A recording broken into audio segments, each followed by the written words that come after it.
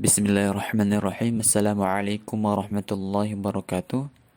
Alhamdulillah, ikhwan sekalian, pada kesempatan kali ini kita dapat melanjutkan kembali terkait dengan tahsinul Quran, dan insyaallah pada kesempatan kali ini kita akan bahas terkait dengan wakaf, ya, kemudian bacaan gharib. Baik, kita langsung saja ke pembahasan yang pertama terkait dengan wakaf. Dalam Al-Quran sering kita temui tanda-tanda wakaf. Ya, kita langsung aja ke pembahasan yang pertama, wakaf lazim namanya. Wakaf lazim yang ditandai dengan huruf atau makhraj mim. Ini tandanya harus berhenti. Makanya ketika bertemu wakaf ini perlu berhenti dulu. Kemudian keterbalikannya atau lawan dari wakaf lazim ini ada wakaf la waqfa fi, yang ditandai dengan makhraj atau huruf lam, ya, lam alif, ya. Ini dilarang berhenti ketika menemui wakaf lam ini. Kemudian kita lanjut lagi ke wakaf namanya al-waqfu aula. Al-waqfu aula. Dan sama ini al-waqfu aula, tandanya wakaf ini harus ketika menemui wakaf ini lebih baik berhenti, ya. Lebih baik berhenti. Yang sama dengan al-waqfu aula, satu lagi yaitu mutlak. Jadi al-waqfu aula dan waqaf mutlak, keduanya menandakan lebih baik berhenti. Al-waqfu aula ditandai dengan huruf qala, ya. Qala. Kemudian mutlak itu ditandai dengan huruf ta.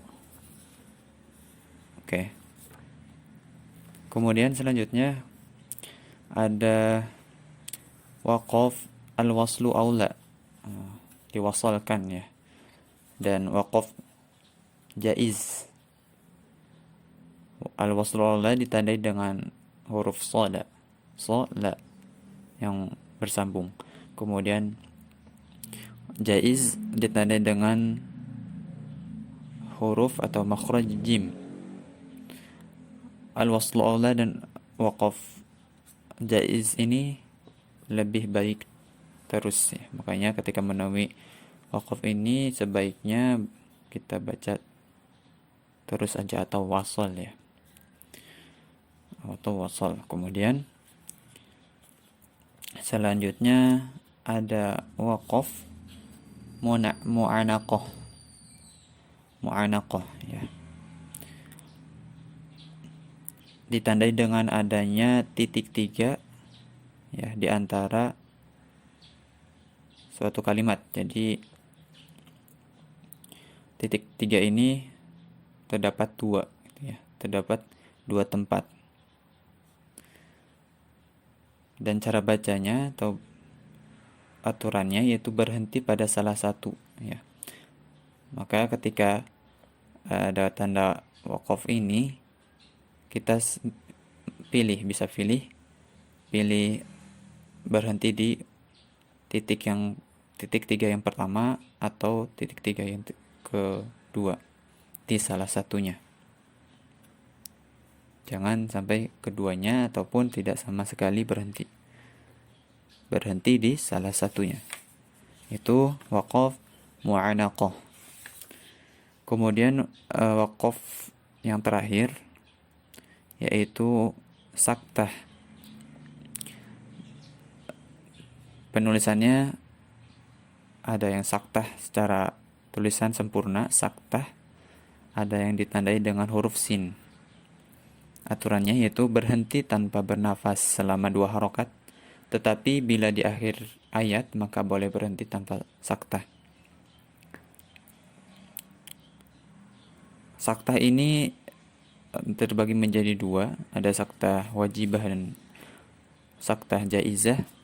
Artinya saktah wajibah itu wajib ya, dihukumi saktah. Contoh atau penerapannya dalam Al-Quran ada dalam 4 ayat ya. Ada dalam Quran surat Al-Qiyamah ayat 27, kemudian Al-Mutaffifin ayat 14,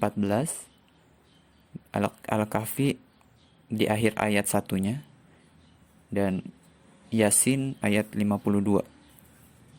Jadi cara berhenti selama 2 harokat, tetapi jangan ambil nafas ya. Contohnya Al-Qiyamah ayat 27, wa qila man raq, gitu ya. Baik, pembahasan saktah secara umum seperti itu. Kemudian kita lanjut ke pembahasan yang kedua, yaitu terkait dengan bacaan gharib.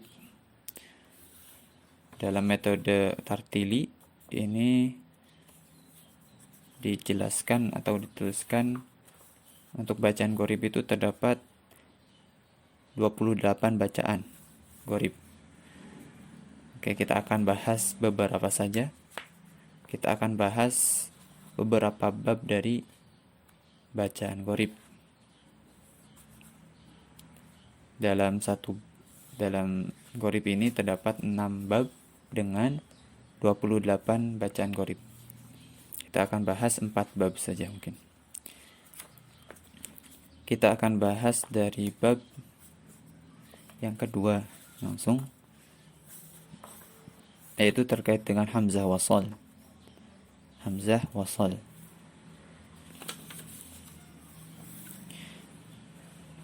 Ini termasuk ke dalam bacaan gharib 6. Hamzah wasal di awal bacaan dibaca fathah. Terdapat pada lafal Allahu, Allahumma, alladzi, alladzina, allati, dan semua lafal yang berawalan alif lam. Oke, di sini maksud dari alif lam berarti alif lam syamsiyah dan alif lam qamariyah. Maka hamzah wasal di depannya otomatis dibaca fathah, bukan kasroh atau dhammah. Misalkan illahu, kan ya, illadzina bukan, tetapi dibaca otomatis fathah, alladzina. Contohnya seperti itu. Kemudian kita lanjut ke bacaan gharib 7. Hamzah wasal di awal bacaan dibaca dhammah. Terdapat pada fi'il amr tsulasi, huruf ketiga berharokat dhammah. Nah, di sini contohnya bisa dilihat pada Quran surah Yusuf ayat 9. Dalam ayat tersebut, di awal ayatnya tidak ada keterangan hamzah tersebut, atau tidak dituliskan hamzah tersebut berharokat fathah, dhammah, atau kasroh. Makanya kita harus paham terkait dengan bacaan gharib ini. Caranya kita lihat kata dalam surat Yusuf ayat 9. Di awal ayatnya ada kata uqtulu ya. Uqtulu dibaca uqtulu. Kenapa dibaca uqtulu? Karena tadi ada aturan fi'il amr tsulasi. Kita lihat huruf ketiganya. Uqtulu, huruf ketiga dari kata tersebut yaitu ta. Taknya berharokat dhammah. Maka untuk hamzah wasal di awal otomatis dibaca dhammah. Jadi dibaca uqtulu, bukan iqtulu atau aqtulu. Baik, seperti itu untuk bacaan gharib 7. Selanjutnya lanjutin ke bacaan gharib 9 atau bacaan gharib 8.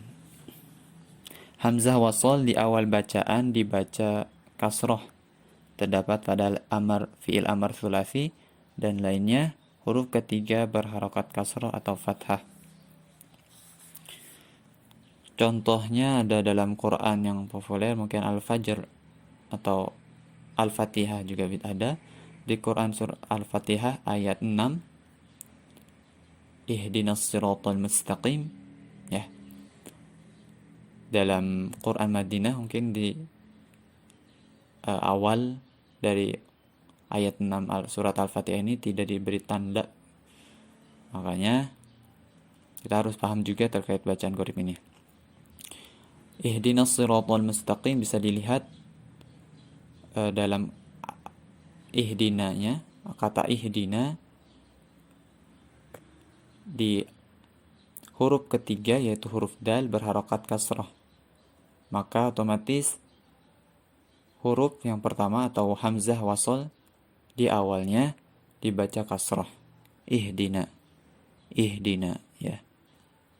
Itu fi'il amr sulasi ketika huruf ketiga kasrah. Bagaimana ketika huruf ketiga fathah? Contohnya dalam surah An-Nazi'at ayat 17,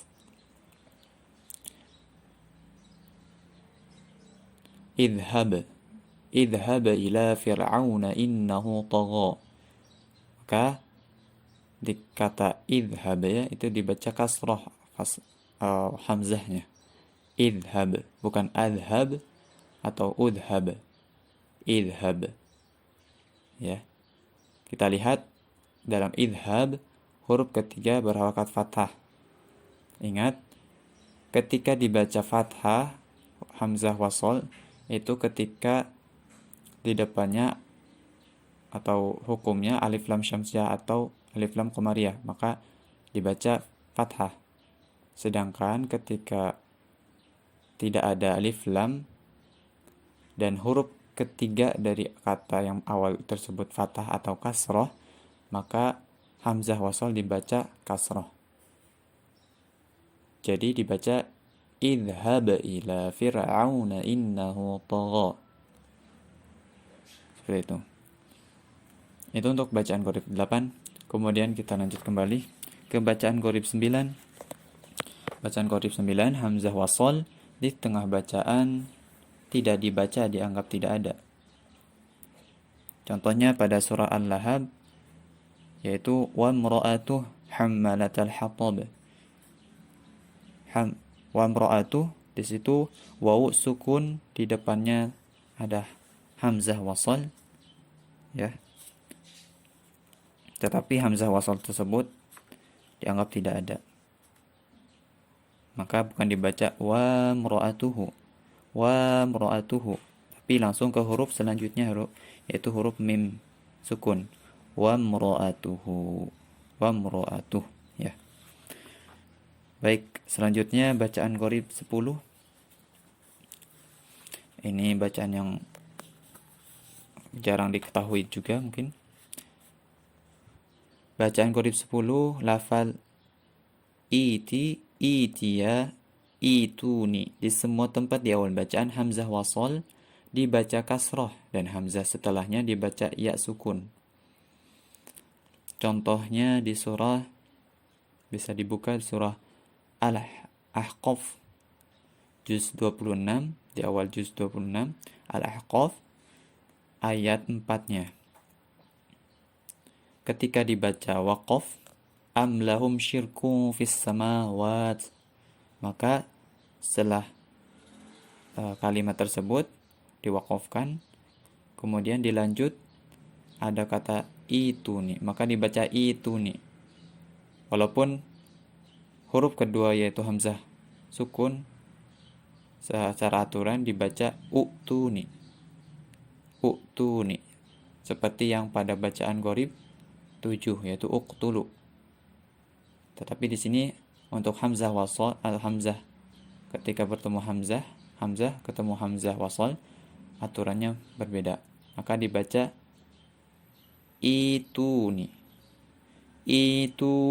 bi kitabim min qabli hadza. Seperti itu. Di Quran surah Al-Ahqaf ayat 4.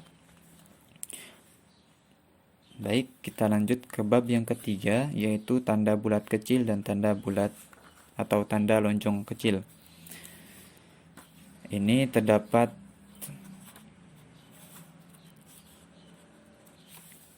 tiga bacaan qorib. Kita langsung ke penjelasan terkait hamzah atau lonjong kecil dan bulat kecil. Jadi dalam Al-Quran ada istilahnya lonjong kecil dan bulat kecil. Untuk lebih jelasnya kita hanya perlu bahas ya dalam Quran surat Al-Insan ayat 15 sampai 16 ini sudah cukup mewakili dari penjelasan bulat kecil dan lonjong kecil ini. Bisa dilihat Al-Insan ayat 15 sampai 16 dalam akhir ayatnya qawarir. Nah, di situ qawariro yang pertama bertanda lonjong kecil, sedangkan qawariro yang kedua bertanda bulat kecil. Penggunaan kedua jak ini berbeda. Berbedanya ketika waqaf. Sedangkan ketika wasal sama. Ketika ada huruf yang di atasnya terdapat hamzah lonjong kecil atau bulat kecil, maka huruf tersebut tidak dibaca, dianggap tidak ada. Ketika wasal seperti itu. Kemudian ketika waqaf, maka lonjong kecil ini dibaca 2 harokat ya. Sedangkan bulat kecil seperti dihukumi ketika wasal, yaitu dianggap tidak ada juga, maka dianggap tidak ada gitu ya. Baik, langsung kita contohkan dalam surat Al-Insan ayat 15 sampai 16. Ketika lonjong kecil atau qawariro yang pertama dijadikan waqaf. Jadi waqafnya di qawariro yang pertama, maka bacanya seperti ini. Wa yutafu 'alaihim bi aniyatin min fiddatin wa akwabin qanat qawarira. قوارير من فضة قدروها تقديرا. Baik, itu ketika qawariro yang berhenti di qawariro yang pertama karena diwakafkan. Ingat, lonjong kecil ketika ada tanda lonjong kecil maka dibaca 2 harokat. Kemudian contoh yang kedua saya akan bacakan dan akan diwakafkan pada qawariro yang kedua. Wa yutafu 'alaihim bi aniyatin min fiddatin wa akwabin kanat qawarir min fiddatin qaddaruha taqdira. Oke, jadi tadi dibacanya qawarir. Kenapa? Ingat, lonjong kecil ketika diwasalkan dianggap tidak ada ya. Maka qawariro bukan qawarir. Ya. Qawariro, ro-nya pendek. Sedangkan di qawariro yang kedua qawarir. Kenapa qawarir? Kenapa? Karena alif yang bertanda lonjong kecil dianggap tidak ada, sehingga ro yang keduanya atau dihukumi bisa dikatakan mad adid disukun gitu ya. Qawarir ya, bukan qawariro lagi ya. Jadi bacaan pertama qawariro min terusnya, dan bacaan yang kedua qawarir gitu ya, qawarir. Baik, selanjutnya kita masuk ke bab yang keempat, yaitu ayat dengan bacaan asing. bacaan gharib 14, bacaan naql. Ya. Terdapat pada lafal atau ayat dalam Quran surat Al-Hujurat ayat 11 di kata bi'salismu. Kasroh hamzah pada lafal ismu dipindahkan ke dalam sebelumnya sehingga dibaca bi'salismu, ya, bukan bi'sal ismu. Ya. Seperti itu ya. Bisa dibuka di Quran surat Al-Hujurat ayat 11. Kemudian kita lanjut saja ke bacaan qorib selanjutnya, bacaan qorib 15. Bacaan ismam terdapat pada lafal la ta'manna. Quran surat Yusuf ayat 11. Cara bacanya yaitu bibir mencucu selama satu harokat di awal dengung nun. Oke. Jadi ketika gunnah manna, maka dimencucukan atau monyong dulu satu harokat, kemudian dilanjutkan dengan dengung biasa. Itu untuk bacaan ismam. Kemudian kita lanjutkan bacaan qorib 16, ada bacaan imalah, yaitu terdapat pada Quran surat Hud ayat 41. Quran surat Hud surat ke-11 ayat 41. Cara bacanya yaitu majreha, ro dibaca ho, miring re jadinya. Tengah-tengah antara fathah dan kasroh atau antara alif dan ya. Ya. Jadi dibaca majreha. Bismillahi majreha. Oke. Lanjut kembali ke bacaan gharib 17, yaitu bacaan tashil. Terdapat pada Quran surat Fussilat, ya. Quran surat Fussilat, silahkan dibuka ayat 44. Dikata a'ajamiyun. Jadi bukan dibaca a'ajamiyun. Hamzah yang kedua tidak dibaca jelas, namun samar antara di tengah-tengah antara mad dan tahqiq atau bacaan hamzah yang biasa kita baca a gitu, dan bacaan madnya. Jadi dibaca a'jamiyun. A'jamiyun. A yang pertama jelas, a yang kedua samar. A'jamiyun. Baik, seperti itu bacaan gharib 17. Kemudian bacaan gharib 18 ini terkait dengan hukum bacaan saktah yang sebelumnya sudah kita bahas ya. Baik, selanjutnya kita lanjutkan ke bab yang terakhir, yaitu bab 6, yaitu lain-lainnya ya. Ada bacaan gharib 23, di situ dijelaskan terkait nun wiqayah, yaitu nun yang bertanda kecil. Ya.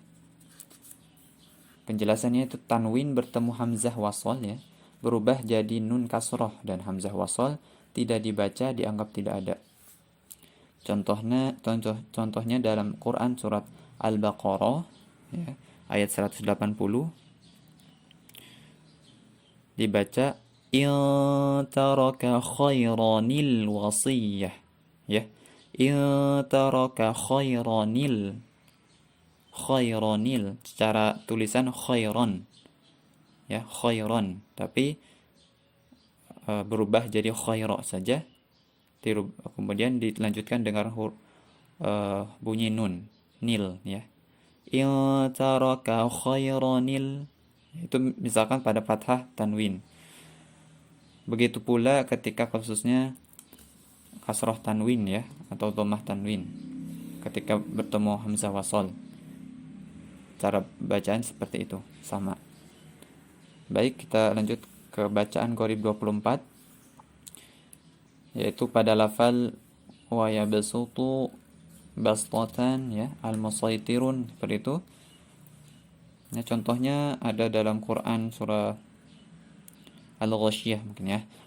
Quran surah Al-Ghasyiyah ayat 22.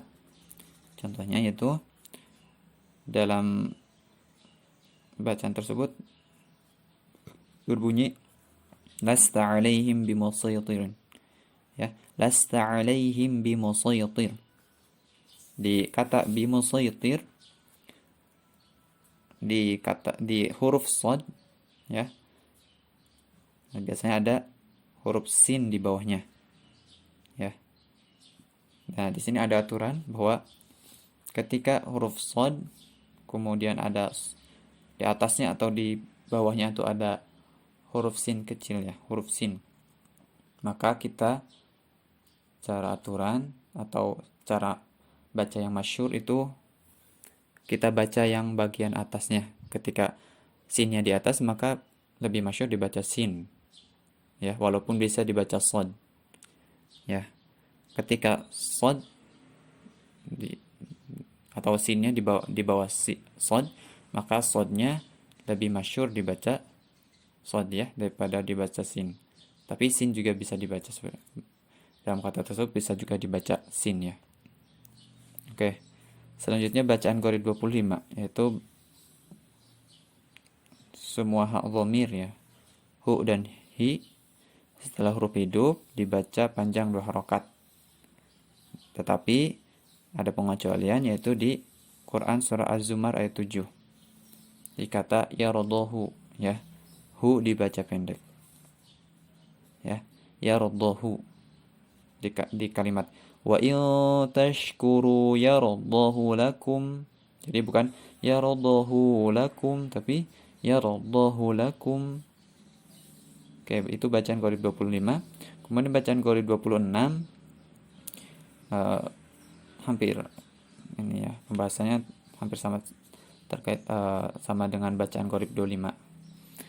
Tetapi di sini ketika huruf sebelumnya itu huruf yang mati ya. Semua hak dhamir hu dan hi setelah huruf mati maka dibaca pendek biasanya. Kecuali di kata fihi. Al-Furqan ayat 69, hi dibaca panjang 2 harokat. Ya, Al-Furqan ayat 69. Bisa dilihat di situ. Kemudian lanjut kembali ke bacaan Qorib 27. Terkait semua hak dhamir hi ya. Setelah lafal ala dibaca kasroh biasanya. Nah, kecuali di Quran surah Al-Fat. Quran surat Al-Fat ayat 10 hu-nya dibaca dhammah. Ya, hu-nya dibaca dhammah. Kemudian bacaan Qorib yang terakhir ya. Bacaan Qorib 28 dalam Quran surah Ar-Rum ya. Ar-Rum di juz 21 ayat 54 ada kata du'fin. Kata du'fin bisa dirubah jadi du'fin. Ya, jadi bisa dibaca du'fin, bisa dibaca du'fin. Ya. Contohnya Allahul ladzi khalaqakum min dha'fin thumma ja'ala min ba'di dha'fin quwwah ثم جعل من بعد قوة ضعفا وشيبة. Opsi yang pertama seperti itu. Opsi yang kedua du'fin. Allahul ladzi khalaqakum min du'fin thumma ja'ala min ba'di du'fin quwwah thumma ja'ala min ba'di quwwatin du'fa wa shaybah. Baik. Jadi baca bisa dibaca dalam 2 kata tersebut. Tetapi ketika dibaca du'fin maka harus dibaca du'fin semua. Ketika baca du'fin harus dibaca du'fin semua. Tidak boleh satunya du'fin, satunya du'fin. Baik, seperti itu. Mungkin untuk bacaan Qorib dan waqaf seperti itu. Baik. Kurang lebihnya mohon maaf. Wassalamualaikum warahmatullahi wabarakatuh.